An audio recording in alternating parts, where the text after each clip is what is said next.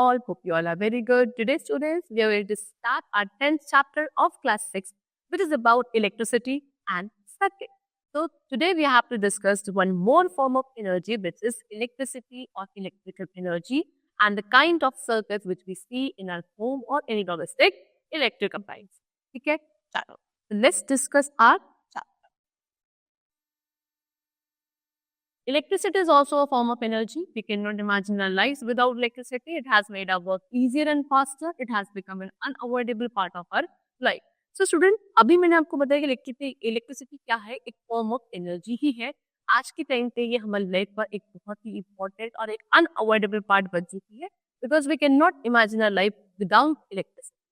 Electricity के through बहुत सारे हमारे ऐसे काम हैं जो इजी हो गए हैं, कंफर्टेबल हो गए हैं, है ना. So we cannot live without energy also, electricity also. So first of all, we have to discuss the concept of electric current. See, electricity is produced by an electric cell. When electricity flows through a medium is known as electric current. All the electrical appliances work on electricity through electric current. Electric current is measured in ampere. Lightning is also a form of electric current. In 1752, Benjamin Franklin proved that lighting is an electric phenomena. Electricity can be changed into other forms of energy like light, heat, etc. तो electricity कब produce होती है? किसी भी electric cell के through produce होती है electricity. यानी कि जब इलेक्ट्रिसिटी किसी मीडियम के थ्रू फ्लो होती है उसको हम इलेक्ट्रिक करंट कहते हैं. जितने भी इलेक्ट्रिकल सप्लायंसेस होते हैं वो सभी इलेक्ट्रिसिटी पे वर्क करते हैं, लेकिन किसी एक इलेक्ट्रिक करंट के थ्रू. जब इलेक्ट्रिक करंट पास नहीं होगा उस अप्लायंस के through, it will not work. ठीक है. अब इलेक्ट्रिक करंट को मेजर किया जाता है एक यूनिट में, which is ampere, represented by capital A. Okay. Lightning जो होती है, आपने देखा है लाइटनिंग भी क्या है, एक इलेक्ट्रिक करंट की फॉर्म है. 1752 में एक साइंटिस्ट है बेंजामिन फ्रैंकलिन, इन्होंने ये प्रूव भी किया था कि लाइटनिंग एक क्या है, इलेक्ट्रिक फिनोमेना है. ठीक है. अब इस इलेक्ट्रिक एनर्जी को हम दूसरी फॉर्म ऑफ एनर्जी में भी कन्वर्ट कर सकते हैं, heat energy, okay, light energy. See, first of all, we have to discuss the concept of electric bulb. And what do we mean by electric bulb? Electric bulb क्या है? It is one of the simplest electrical devices. ये एक simple सी electrical devices है. ठीक है. हर एक electrical device के दो टर्मिनल होते हैं. One is as a black spot at the bottom of the bulb and other is a metal ring structure at its lower end. एक तो क्या होगा, एक टर्मिनल होता है ब्लैक स्पॉट, जैसे कि आपने किसी बल्ब के नीचे देखा होगा. ठीक है ना, तरीके का कुछ. ठीक, ये आपका क्या है, एक एंड हो गया. और दूसरा क्या है, मेटल की जो रिंग स्ट्रक्चर होता है उसके दूसरे एंड पे उस तरीके से. और they are fixed in such a manner that they do not touch each other. दोनों ही टर्मिनल्स इस तरीके से अरेंज होते हैं कि वो दोनों एक दूसरे को टच नहीं करते हैं. एक थिन वायर होती है जो क्या आपके ग्लास बल्ब जो होता है, ये बल्ब इसके अपने मिडिल में, बीच में देखिए. So there is a thin wire fixed in the middle of the glass bulb. This thin wire is called filament. It is a filament that glows when we switch the bulb on. When electric current reaches to it, it heats up and produces light. There are two wires which are connected to the filament. These are wires. One is connected to the metal ring and the other to the black spot present at the bottom of the bulb. So what is there? एक glass bulb के अंदर एक thin wire होती है, ये जिसको हम क्या बोलते हैं, फिलामेंट बोलते हैं. जैसे ही इलेक्ट्रिक करंट के बल्ब के थ्रू पास होता है, ये क्या करता है, ये फिलामेंट ग्लो करने लगता है. इसमें हीट एनर्जी प्रोड्यूस होती है, इसकी वजह से ग्लो करता है. और ग्लो करने के बाद ही ये क्या करता है, लाइट प्रोड्यूस करता है. दो और वायर्स होती हैं जो इस फिलामेंट पे कनेक्टेड होती है, उनको इन वायर्स बोलते हैं. एक वायर आपके मेटल रिंग से कनेक्टेड होती है और दूसरी उस ब्लैक स्पॉट से कनेक्टेड होती है, बल्ब के बॉटम में या बेस में प्रेजेंट होता है. ओके, चलो. और next we come to electric cell. Electricity, अभी मैंने आपको बताया इलेक्ट्रिसिटी क्या है, एक सोर्स है continuous flow of electric current का. जब तक इलेक्ट्रिक करंट कॉन्टिन्यूसली फ्लो होगा तब तक इलेक्ट्रिसिटी यूज है वहां पे, नहीं तो नहीं. अब सेल क्या करता है, सेल कन्वर्ट करता है केमिकल एनर्जी को इलेक्ट्रिकल एनर्जी. सेल के अंदर केमिकल्स होते हैं, यानी कि केमिकल एनर्जी स्टोर होती है, जिसको इलेक्ट्रिकल एनर्जी में कन्वर्ट किया जाता है. हम क्या यूज करते हैं, ड्राई सेल यूज करते हैं. ड्राई सेल की भी क्या होती है, दो टर्मिनल्स होते हैं, एक पॉजिटिव टर्मिनल होता है और सेकेंड इज नेगेटिव टर्मिनल. ठीक है. पॉजिटिव टर्मिनल क्या है, को मेटल कैप जो होती है ना सेल के ऊपर, उसको बोलेंगे. और नेगेटिव टर्मिनल होता है metal disc on the two ends of the cell. ठीक है. सेल के नीचे जो मेटल डिस्क होती है नेगेटिव टर्मिनल है, ऊपर जो मेटल कैप होती है वो positive terminal. There are chemicals in a dry cell. These chemicals are used to produce electricity. When the chemicals are used up, the cell stops to produce electricity and it has to be replaced. Using the conductive visor, we can produce electric current from a cell.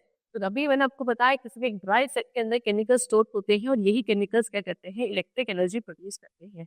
जब ये सारे chemicals अंदर से क्या use हो जाते हैं, तब आपका फंक्शन जो है सेल वो फंक्शन करना बंद कर देता है, and then we have to replace this cell by the new cell. ठीक है, कंडक्टिव वायर यूज करके आप क्या कर सकते हो, इलेक्ट्रिक करंट को सेल से प्रोड्यूस कर सकते हो।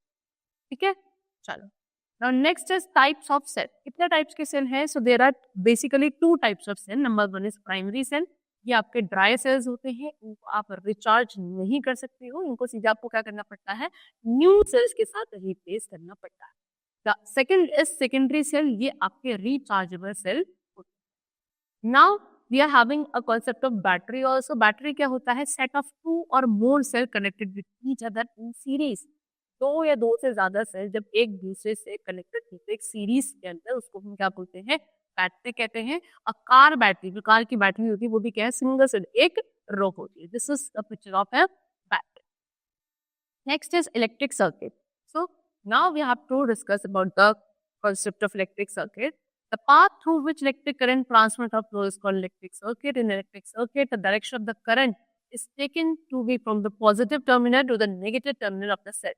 When we want to make an electrical device to work, the source of current of the cell is connected to the device through electric wire, and electric switch is also attached to put on or off the device. So, एक path या एक रास्ता जहाँ से electric current flow होता है, transmit होता है, उस पाथ को क्या बोला जाता है, इलेक्ट्रिक सर्किट बोला जाता है। इलेक्ट्रिक सर्किट में जो करंट की डायरेक्शन होती है फ्लो करने की, positive terminal to negative terminal मानी जाती है। ठीक है, चलो सेल के, ठीक, यानी कि जब आप चाहते हैं कि कोई एक इलेक्ट्रिकल डिवाइस वर्क करे, तो आपको क्या वहां पे करंट का सोर्स जो है ना, उसको या फिर बोलो जो सेल होता है उसको आपको एक वायर के साथ या बोलो उस डिवाइस के साथ कनेक्ट करना पड़ेगा। ठीक है, जिस भी डिवाइस को आप वर्क करना चाहते हो, वर्क करवाना चाहते हो, तो उसको वायर्स के थ्रू एक सोर्स ऑफ इलेक्ट्रिक करंट या सेल के साथ आपको कनेक्ट करना पड़ेगा। आप उसमें एक इलेक्ट्रिक स्विच भी क्या कर सकते हो, सर्किट के अंदर फिक्स कर सकते हो डिवाइस को स्विच ऑन या ऑफ करने के लिए। ठीक है, चलो so now this is the picture of open circuit and this is the picture of close circuit. अब कब ओपन होता है, कब क्लोज होता है, एक बार डिस्कस करते हैं। सी, if we want to glow a bulb, the 2 terminals of the switch must be connected. This is called a closed circuit. A circuit with closed switch is called a closed circuit. अगर आप चाहते हो कि आपका bulb glow करे, तो जो switch के 2 टर्मिनल्स हैं वो आपस में एक दूसरे से कनेक्टेड होने चाहिए, उसको हम क्लोज सर्किट कहते हैं। तभी उस क्लोज सर्किट के अंदर ही कोई एक डिवाइस क्या करती है, फंक्शन कर पाती है, वर्क करती है। ठीक है, यानी कि एक ऐसा सर्किट जिसके अंदर क्लोज स्विच होगा उसको हम क्लोज सर्किट कहेंगे। लेकिन जब स्विच के 2 जो एंड टर्मिनल्स होते हैं वो एक दूसरे से कनेक्टेड नहीं होते हैं, that is known as open switch.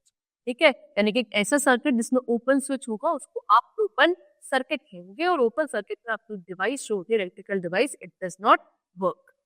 ठीक, now next we are having electric torch. See, an electric torch consist of dry cell. Electric torch में क्या होता है, ड्राई सेल्स होते हैं, बल्ब होता है और एक स्विच होता है। When we drag the switch forward, it completes the circuit and the bulb glows. When we drag the switch backward, it breaks the circuit and the bulb stops to glow. जैसे आप उस switch को आगे की तरफ forward क्या करते हो, ड्रैग करते हो, तो सर्किट कंप्लीट हो जाता है, बल्ब आपको ग्लो करने लगता है। लेकिन जैसे उस स्विच को आप पीछे की तरफ ड्रैग करोगे, सर्किट खुल जाता है, टूट जाता है ना, अब बल्ब आपको ग्लो करना स्टॉप कर देता है। Now, the last is conductors and insulators. Materials which allow the electric current to pass through them are conductors of electricity. वो मटेरियल्स जिनके थ्रू इलेक्ट्रिक करंट पास हो जाता है, यानी कि जो अपने थ्रू इलेक्ट्रिक करंट को फ्लो होना, ट्रांसमिट होना अलाउ करते हैं, उन मटेरियल्स को कंडक्टर्स बोला जाता है। Example, gold, iron, copper, silver, dirty water, these are the conductors of electricity. लेकिन वो materials which do not allow electric current to pass through them, यानी कि जो अपने थ्रू इलेक्ट्रिक करंट को फ्लो या ट्रांसमिट होने के लिए अलाउ नहीं करते हैं, उनको हम नॉन कंडक्टर्स या इंसुलेटर्स ऑफ इलेक्ट्रिसिटी बोलते हैं। ठीक है, सी, materials which do not allow the electric current to pass through them are insulators of electricity. Wood, paper, rubber, plastic, cotton, these all are the insulators. See, the earth and the human body are also conductors of electricity. So the chapter is completed. We have discussed about the concept of electric current and the electric circuit also. I hope the chapter is very clear to you. We'll meet you very soon. Till then, take care. Thank you everyone.